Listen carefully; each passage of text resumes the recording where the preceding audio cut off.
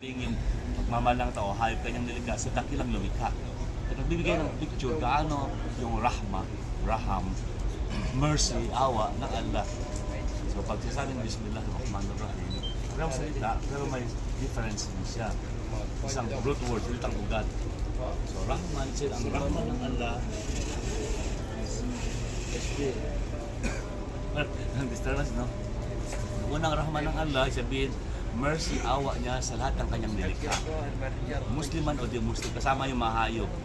Kasi obligasyon ng Allah, nilikha niya, pakainin niya, bubuhayin niya, susustentuhan niya. Kuha niyo? So, unang mercy, awa ng Allah dito sa mundo, sa lahat ng tao, lahat ng hayop, kasama yung kanto, anuman, punong kahoy. Kasi nilikha niya, susustentuhan niya, pakainin, painumin niya. So, itong mercy na ito, habag na ito, for all, general, temporary, dito lang sa mundo. Kuha nyo?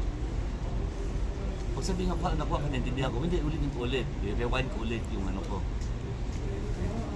Yung pangalawang rahim niya, ang awa, mercy ng Allah, special, specific, eternal, everlasting sa mga believers lang sa kabilang buhay. Ano ba, yung Japanese, wala silang Diyos eh.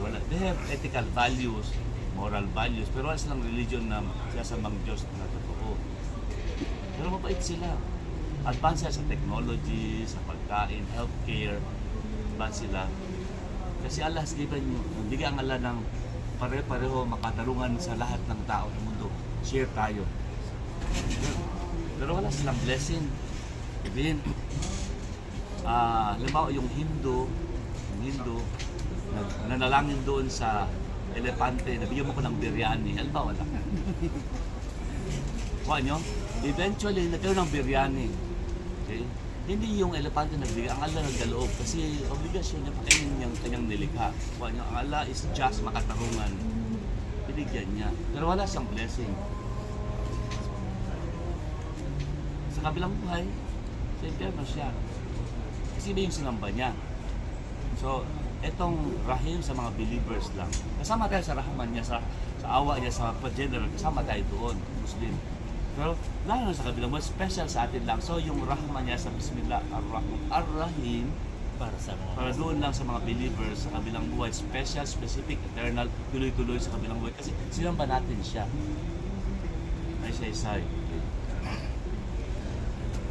Malik yung din siya yung hari at nagmamayari sa arang pagpukom at lahat ng bagay. Silubik ka, galing sa kanya, saya